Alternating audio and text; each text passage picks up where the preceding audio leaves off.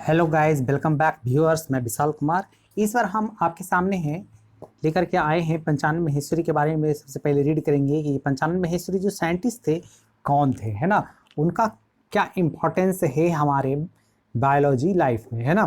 तो चलते हैं पंचानन महेश्वरी। आपके इंटरफेस दिख रहा होगा आपके सेलफोन के इंटरफेस पे, है ना। तो यह देखिए पंचानन महेश्वरी है, इन्हीं का फोटो है ना। 1904 में इनका बर्थ हुआ था। 1966 में ये डेथ कर चुके थे, है ना। पूरा का पूरा इनका लाइफ स्पान मिला जुला करके रहा था आपको 62 ईयर्स। ओके, इनका जो जन्म है हमारे भारत में हुआ था, है ना, इंडिया में हुआ था, जयपुर राजस्थान में हुआ था। आपको 1904 में हुआ था, नवंबर में हुआ था, है ना। तो पंचानन महेश्वरी को अगर जाना जाता है तो सबसे ज़्यादा अगर जाना जाता है तो जूलॉजिस्ट में नहीं, बोटनिस्ट के रूप में जाना जाता है। बोटनिस्ट जो बोटनी पढ़ते हैं, जो प्लांट के बारे में अध्ययन करते हैं।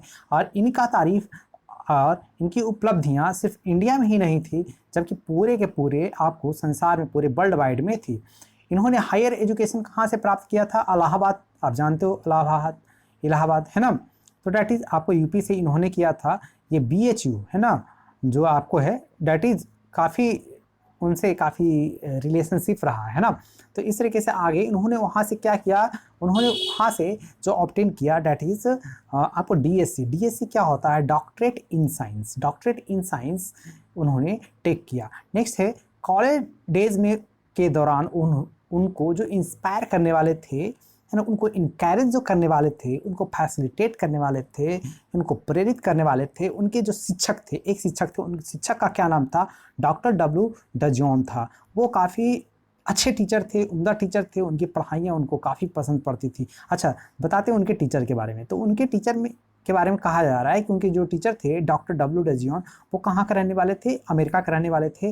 अमेरिकन मिशनरी टीचर थे, है ना। उनका जो इंटरेस्ट था, उनके टीचर का इंटरेस्ट था आपको बॉटनी में था, स्पेशली मॉर्फोलॉजी में उनका काफ़ी विशेष योगदान रहा है।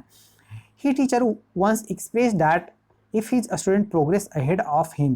तो उनके जो टीचर थे एक बार फिर से उसको एक्सप्रेस करते थे, खुद से विस्तृत समझाते थे, ताकि उनके जो स्टूडेंट्स थे वो प्रोग्रेस कर सके, है ना।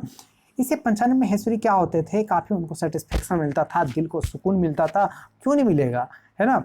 जब टीचर सच्चे समझाएंगे तो दिल को सुकून मिलेगा ही। आगे है these words encouraged Panchanan to inquire what he could do for he teacher in return। अच्छे से पढ़ाते थे, अच्छे से कम बैक देते थे, है ना। तो इस तरीके से परफॉर्मेंस जो था टीचर का काफ़ी अच्छा था। और इस तरीके से जो इनकरेज करते थे नए नए फील्ड में जानकारियाँ, रुचियाँ, इंटरेस्टेड, इससे सेटिस्फेक्शन मिलता था, है ना। आगे जाकर के पंचानन महेश्वरी ने खूब जो उनके पहलू थे उनको रिटर्न बैक करना चाहते थे। उन्होंने रिटर्न बैक किया अपने टीचर्स को, खुद बड़े बन करके बनाया, है ना। तो इस तरीके से ताकि जो सेटिस्फेक्शन मिला था टीचर्स से, ताकि वेल गिफ्टेड अच्छे तरीके से रिटर्न दिया जा सके कि हमने पढ़ा, हमने कुछ हासिल किया, है ना, लाइफ में। नेक्स्ट है उन्होंने काम किया, है ना, यानी कि पंचानन महेश्वरी के बारे में अब हम लोग जानेंगे। तो पंचानन महेश्वरी के जो कार्य है वो क्या हुआ, एम्ब्रियोलॉजिकल के फॉर्म में काफ़ी ज़्यादा है आपको है। एम्ब्रियोलॉजिकल किसे कहते हैं? जब हम लोग एम्ब्रियो को स्टडी करते हैं किसी भी ऑर्गेनिज्म का तो उसे एम्ब्रियोलॉजिकल। तो इन्होंने एम्ब्रियोलॉजिकल एस्पेक्ट के बारे में, यानी कि इन्होंने भ्रूणीय पहलू के बारे में बताया, है ना। और काफ़ी अच्छे तरीके से फेमस हुए, है ना। काफ़ी अच्छे तरीके से ये अपना लोकप्रियता हासिल किए। और लोकप्रियता एम्ब्रियोलॉजिकल एस्पेक्ट के किस रूप में, किस तरीके से एम्ब्रियोलॉजिकल कैरेक्टर का टैक्सोनॉमी में यूज किया जाता है, इसके बारे में। आगे जा कर के इन्हें क्या कहा, इन्हें कहाँ पर रखा गया? इन्हें दिल्ली आप जानते हो, दिल्ली, है ना, दिल्ली के यूनिवर्सिटी, इन्हें department of botany, university of Delhi में इनको रिसर्च के लिए रखा गया। और रिसर्च में किस चीज़ के लिए? तो एम्ब्रियोलॉजी में रिसर्च के लिए, टिश्यू कल्चर के रिसर्च में। और इन्होंने और काम भी स्टार्ट किया। उन्होंने जो नीड के लिए रखा था उसका शुरुआत किया और काफ़ी अच्छे तरीके से वो वर्क किस पर किए? Artificial culture of immature embryos, है ना। तो इमैच्योर जो एम्ब्रियो होता है, मैच्योरिटी से पहले जो एम्ब्रियो होता है, 3 मंथ से पहले, है ना, उस पर उन्होंने आर्टिफिशियल कल्चर किया, यानी कि लैब में इनविट्रो समझते हो, टिश्यू कल्चर टेक्निक उन्होंने प्रेफर किया। ठीक से आगे देखना ही है। This days tissue culture has become a landmark in science. उस समय आपको साइंस में टिश्यू कल्चर ने कदम ही रखा था। टिश्यू कल्चर का योगदान, टिश्यू कल्चर का रुतबा है ना, उन दिनों ही देखा जाता था। नेक्स्ट है his work on test tube fertilization and intra ovarian pollination born world wide acclaim, है ना। उन्होंने क्या किया, टेस्ट ट्यूब फर्टिलाइजेशन के ऊपर उन्होंने अपना कार्य किया और उन्होंने इंट्रा ओवेरियन पॉलिनेशन के साथ उन्होंने काफ़ी ज़्यादा पॉपुलैरिटी हासिल की पूरे वर्ल्ड वाइड में, है ना। नेक्स्ट है उन्हें सम्मान भी आपको इंडिया हमारे भारत देश में, है ना, काफ़ी मिली। अब भारत में उन्हें पंचानन महेश्वरी को किस किस रूप में उन्हें सम्मानित किया गया, तो उन्हें फेलोशिप दिया गया, है ना। तो किस फॉर्म में, FRS। FRS क्या होता है, fellowship of royal society of London होता है, ठीक है।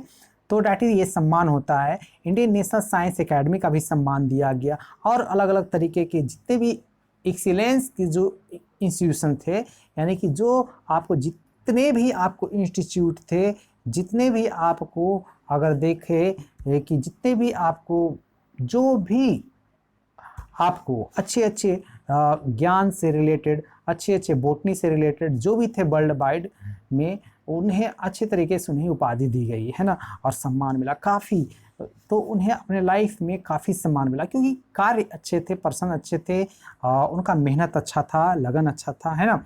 आगे है ही encouraged general education and made a significant contribution to school education by his leadership in bringing out the very first textbooks of biology for higher secondary school published by NCERT in 1964। इन्होंने, हम लोग जो पढ़ते हैं, आप जो पढ़ रहे हो, है ना, जो हम पढ़ा रहे हैं, तो ये जो टेक्स्ट बुक है हायर सेकेंडरी वालों के लिए, इन्होंने, इन्हीं का योगदान है।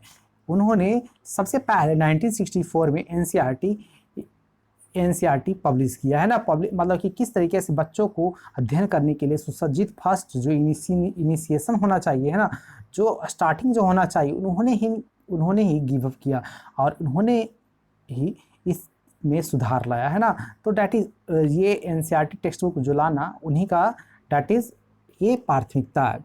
तो इस तरीके से हमने पंचानन महेश्वरी के बारे में जाना। तो इस तरीके से 1964 में वर्क करके 2 साल के बाद 1966 में पंचानन महेश्वरी हम लोगों से अलविदा लेते हुए स्वर्गवास कर गए, है ना, उनका डेथ हो गया। इस तरीके से पंचानन महेश्वरी जवाहरलाल नेहरू के टाइमिंग्स के काफ़ी एक स्टोरी भी सुनते होंगे, स्टोरी टोल्ड भी है पंचानन महेश्वरी के ऊपर, है ना। तो डैट इज़ ये काफ़ी स्ट्रगलर किस्म के, अगर देखा जाए पंचानन महेश्वरी स्ट्रगलर भी थे और जो स्ट्रगल करते उन्हें ही काफ़ी ज़्यादा सक्सेस प्राप्त होती है। तो अगले वीडियोज़ में मिलते हैं। हमारे वीडियोज़ को लाइक करें, शेयर करें, सब्सक्राइब करें, फॉलो करें, है ना, गति बढ़ाएं, है ना। इस तरीके से नए नए मित्रों के साथ साझा करें। मिलते रहेंगे। जय हिंद, जय भारत, धन्यवाद।